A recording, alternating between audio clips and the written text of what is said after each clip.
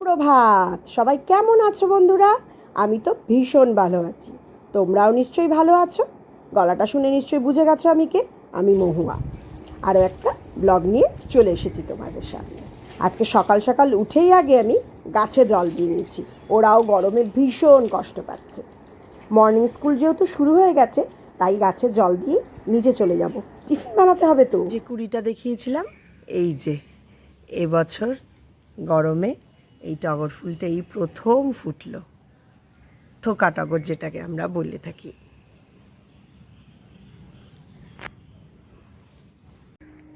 এই কুড়িগুলোকেও দেখিয়েছিলাম, সবে হয়েছিল। এই ফুলগুলো ফুটেছে, কি সুন্দর লাগছে দেখতে ফুলগুলোকে। তারপর টিফিন বানিয়ে নিলাম, বানিয়ে ওদেরকে দিয়ে মেয়েকে নিয়ে স্কুলে চলে গেলাম দিতে। ছেলে তো সাইকেল করে যায়, তাই আমার আর ওকে দিতে যেতে হয় না। মেয়ের স্কুল সামনেই, তারপর মেয়েকে একটু স্কুলে এগিয়ে দিয়ে এলাম। বাড়িতে এসে সমস্ত কাজ শেষ করে রান্নাঘর। কাঁচা আম, এর আগে তো আমি কাঁচা আমের আমসত্ত্ব দেখিয়েছি, করেছিলাম। আজকে বানাবো কাঁচা আম দিয়ে একটু জেলি। এরকম সাইজের বেশ কয়েকটা আম আমি কেটে নেব, ছোট বড় যেরকমই হোক, বানিয়ে দেখি কেমন হয় জেলি। তাহলে চলো বানানো যাক। এই যে আমগুলোকে আমি এভাবে টুকরো করে নিয়েছি, জল গরম বসিয়ে দিয়েছি। একটু ফুটে উঠলে পরে জলটার মধ্যে আমি আমের টুকরোগুলো দিয়ে দেবো। এই যে আমটাকে আমি সেদ্ধ বসিয়ে দিয়েছি।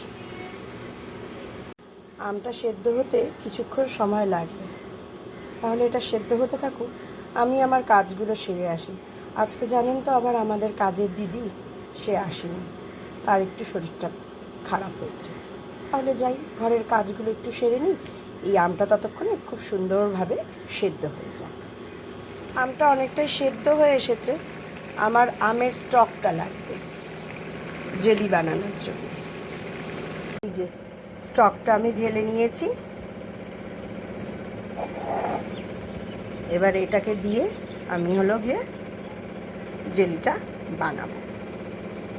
এই যে স্টকটা আমি অন্য একটা বাটির মধ্যে ঢেলে নিয়েছি,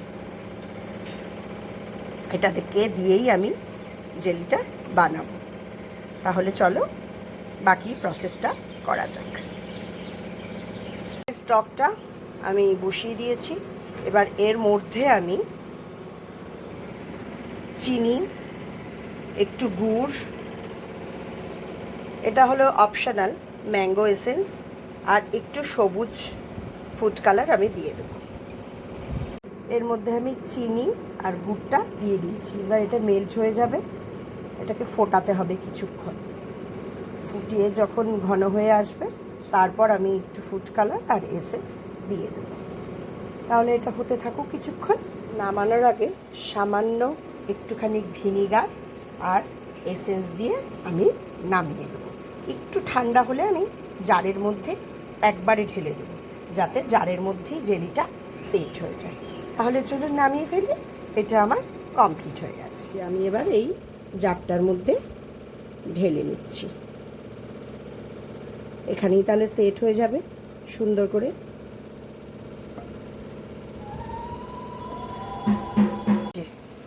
এই জারটাতে নামিয়ে নিয়েছি, এরপরে আমি একটু ঠান্ডা হয়ে গেলে ফ্রিজে এটাকে সেট হতে রেখে দেবো। এখনই তো খুব গরম, ফ্রিজে রাখা যাবে না, একদিন মোটামুটি রেখে দিলেই সেট হয়ে যাবে। একদিনও রাখতে হবে না, 4 থেকে 5 ঘন্টা রেখে দিলেই জেলিটা সেট হয়ে যাবে। তাহলে এভাবে আপনারাও বাড়িতে অবশ্যই জেলি বানাবেন। কেমন লাগলো অবশ্যই কিন্তু কমেন্টে জানাবেন। এই যে কয়েক ঘন্টা রাখার পর আমার জেলিটা রেডি হয়ে গেছে।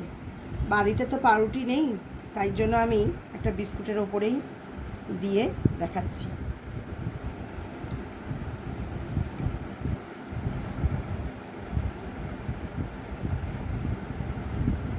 বাবা এক কামড় দিয়ে দেখো তো কেমন হয়েছে। ছেলেকে জিজ্ঞাসা করেছি, ছেলে কোনো উত্তর দেয়নি, বিস্কুটটা পুরোটাই খেয়ে নিয়েছে। তার মানে কিরে, ভালো হয়েছে? হ্যাঁ জোরে বল। হ্যাঁ আর একটু কেন? নে তুই খেয়ে বল কেমন হয়েছে। খেয়ে মন ভরেনি ছেলের, তাই আবার মাখিয়ে নিয়েছে। সন্ধ্যেবেলা রং বেরঙের পাঁপড় ভেজেছি, কি সুন্দর ফুলেছে পাঁপড়গুলো, মেয়ের আর তর্স হয়েছে না। আজ সন্ধ্যেবেলায় ছেলে মেয়ের খাবার হচ্ছে ম্যাঙ্গো মিল্কশেক আর ড্রাই ফ্রুট। মিল্কশেকের সঙ্গে তো ড্রাই ফ্রুট থাকেই প্রত্যেক দিন, এক এক দিন এক এক রকমের মিল্কশেক। আজকে হলো ম্যাঙ্গো মিল্কশেক। খেয়ে বলুক কেমন হয়েছে। ছেলেমেয়ের তো সন্ধেবেলার খাবার হয়ে গেছে, এবার আমার রাতের ডিনার তো রেডি করতে হবে, তাই চলুন সেদিকে যাওয়া যাক। রাতের বেলায় কি করি তাহলে দেখা যাক। চলে এলাম রান্নাঘরে। কেউ বলতে পারবে? এটা হচ্ছে নবরত্ন ডাল, সারা রাত ভিজিয়ে রেখেছিলাম, জলটা ঝেড়ে নিয়ে এবার আমি এর মধ্যে আবার ভালো করে জল দিয়ে সুন্দর করে সেদ্ধ করে নেব যাতে সফট হয়ে যায়। এর মধ্যে 9 রকমের ডাল থাকে, তাই এটার নাম নবরত্ন ডাল। নুন দিয়ে এটাকে ভালো করে সেদ্ধ করে নেব যাতে খুব সুন্দরভাবে সফট হয়ে যায়। ভালো করে যাতে সফট হয়ে যায় সেদিকে খেয়াল রাখতে হবে, তাই অনেকক্ষণ ধরে সেদ্ধ করে নেব। এবার আমি ঠান্ডা হলে একটা মিক্সিং জারের মধ্যে এই নবরত্ন ডালগুলোকে পেস্ট করে নেব। লঙ্কা, পেঁয়াজ, রসুন, আদা দিয়ে খুব সুন্দর করে পেস্ট করব, যাতে হালকা হালকা দানা থাকে কিন্তু পুরোপুরি মিহি যাতে না হয়ে যায়, সেদিকেও খেয়াল রাখতে হবে। পেস্টটার মধ্যে আমি একটু লঙ্কার গুঁড়ো নিয়েছি রং হওয়ার জন্য, হলুদ, জিরে, ধনে, জোয়ান, নুন আর একটু তড়কা মশলা দিয়ে নিয়েছি টেস্টের জন্য। এবার এগুলোকে সব মিক্সড করে নেব, সাথে সামান্য পরিমাণে বেসন। আর আমি যেহেতু নারকেলটা পছন্দ করি তাই আমি নারকেল কিছুটা গ্রেট করে নিয়ে নিয়েছি, এটা আমার কড়াই থাকে। এবার আমি এগুলোকে সব একসঙ্গে মিশিয়ে নেব, ভালো করে সুন্দর করে মাখিয়ে নেব। পেস্টটাকে খুব সুন্দরভাবে মাখিয়ে নিয়েছি, ডালের সাথে সব কিছু মশলা মিশে গেছে খুব সুন্দরভাবে।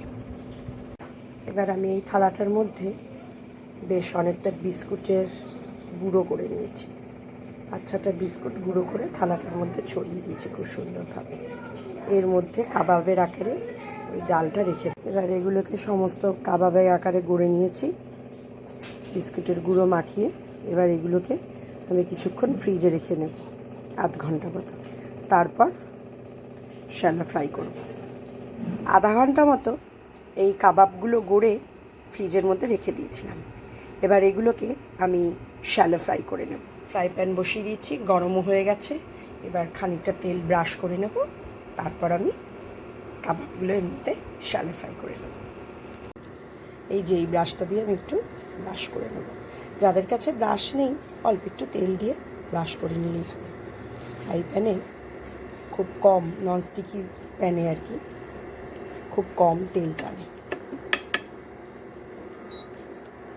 এবার কাবাবগুলো একে একে আমি দিয়ে দেবো ফ্রাই প্যানের মধ্যে।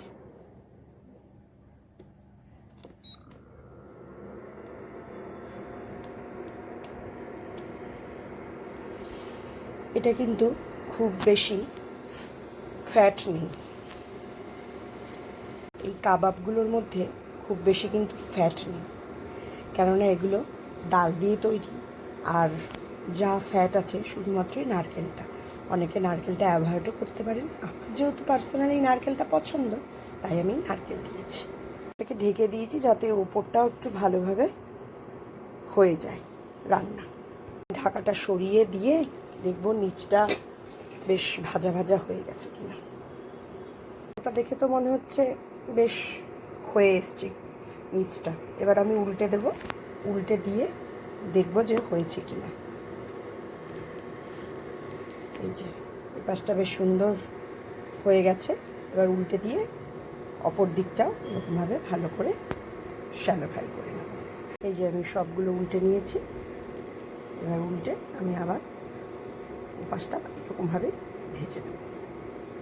পাশে খুব সুন্দরভাবে আমার ক্রিস্পি হয়ে গেছে, খুব অল্প তেলে এই যে আমি খুব সুন্দরভাবে করে নিয়েছি শ্যালো ফ্রাই। আমি এগুলোকে একটা বাটিতে নামিয়ে নিই। এগুলো ছিল সেগুলো বসিয়ে দিয়েছি, এগুলোকেও সেই সেমভাবে এপাশ ওপাশ করে শ্যালো ফ্রাই করে নিই। এই যে তৈরি হয়ে গেছে নবরত্ন ডাল দিয়ে তৈরি কাবাব।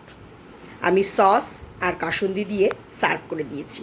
এতগুলো আমি অবশ্য খাবো না, আমার ছেলে মেয়েও খাবে। এটা আমার রাতের ডিনার। খুব কম ক্যালোরি আছে কিন্তু এতে। সবাই বাড়িতে অবশ্যই একবার ট্রাই করে দেখো। তাহলে ব্লগটা আজ এই পর্যন্তই। সবাই ভালো থাকবেন, সাবধানে থাকবেন, সুস্থ থাকবেন। লাইক, শেয়ার আর সাবস্ক্রাইব অবশ্যই করে দেবেন।